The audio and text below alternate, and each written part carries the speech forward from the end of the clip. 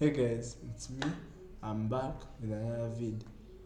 Now, when I see Arsenal right now, top of the league, we're from beating um, Sunderland 3-0. Gyökeres is starting to pick up form, and I'm seeing very much positive things.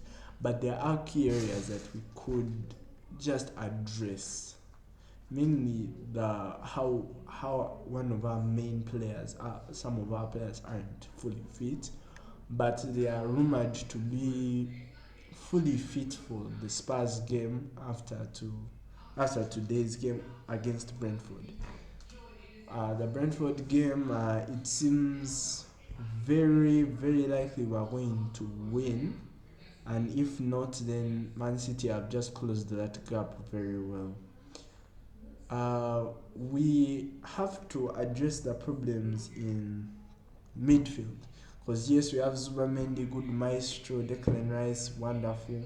Now that 10 role, Eze, I don't know what's lacking in his real creativity. Because when I see him, I'm expecting, man, he's going to come in, he's going to create, he's going to make defenders go out of position. From getting out of position, the thing just gets exposed, like wide open, just gets wide open, spread out, and then you can see the defenders not seeing how our attackers are entering.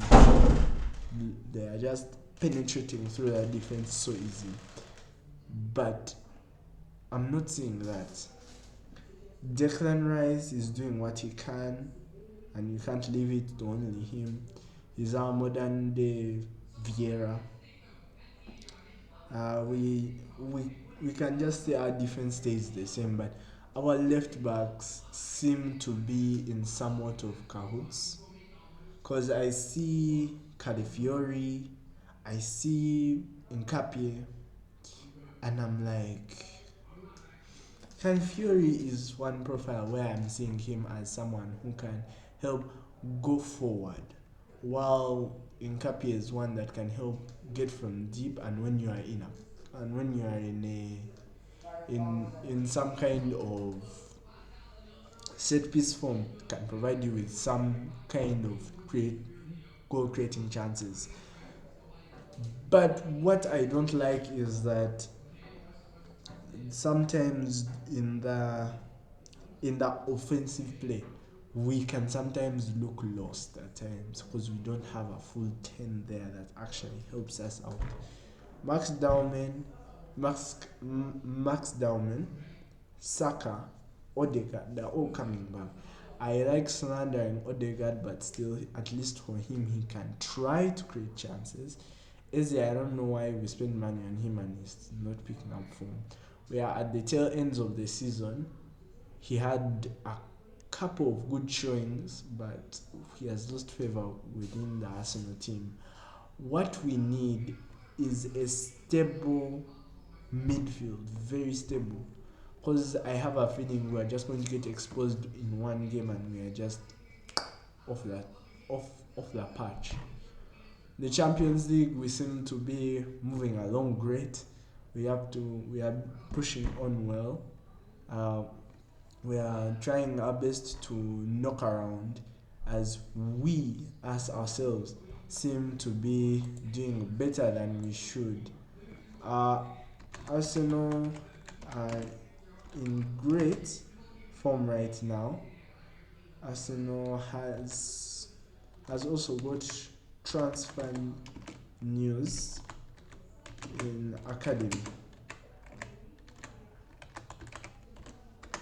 So in the academy transfer news, what I can tell you is that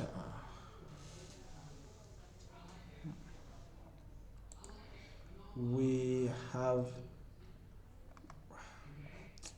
Sorry guys, I've just come up with this stuff right now offhand.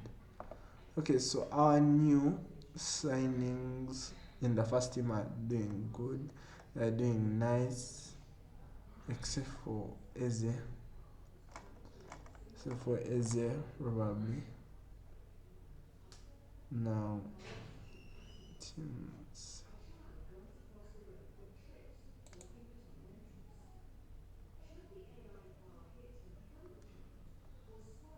Okay, so now let's go to the academy and see. Okay, our academy having the range of goalkeepers: Remy Mitchell, Alex Rogers, Jack Potter, um, Kari Jack Tampo, and Remy Lubeski. Um, as I see these guys, what I see is that they are they are very they seem to be well versed in their roles. These ones, I think, Rogers could be long form. And me, I'm going off this in like I don't watch the games. Trust me, I don't watch this guy plays football. I don't even watch the highlights. I just have a feeling via their looks, he has to be a good distributor of the ball and he's good on his feet. Mitchell has good. Mitchell, I'm expecting for him to be a good goal stopper. Our defenders like Cameron Ismail, Johnson Nichols, uh, and Brian Clark, many more, have also just been doing so well, I believe. Then there's Marlene Salmon, who has first team experience and was put back into the academy to further develop. And he did well for his first senior appearance. Our midfielders, uh, I'm sure they are doing great, very great. Our forwards, Max Dowman, doing very well. Decent one. We also have Andre Hamas Anos. I'm trying. Yeah, and we also have Ethan Waneri's brother. Uh, I mean twin actually. Marley Fork, who's doing so well. The ones on loan, I hope they're doing well, but our time is very relative to the moment right now. As I'm seeing, us as a team, we're going to try our best to get top of the league by end of the season, and I'm hoping we have like 3 games left and we're mathematically on top. 3 or 2 games left. It would be a great and historical moment for us as Arsenal fans. Because those 2 games, I really want to see Arsenal get that guard of honor. Then I have a feeling I am I am a Ugandan who, like, I'm someone who just loves the thought of African football somehow going to go above and above and beyond. Me personally, I want to see a country go into the World Cup and go far just like Morocco did.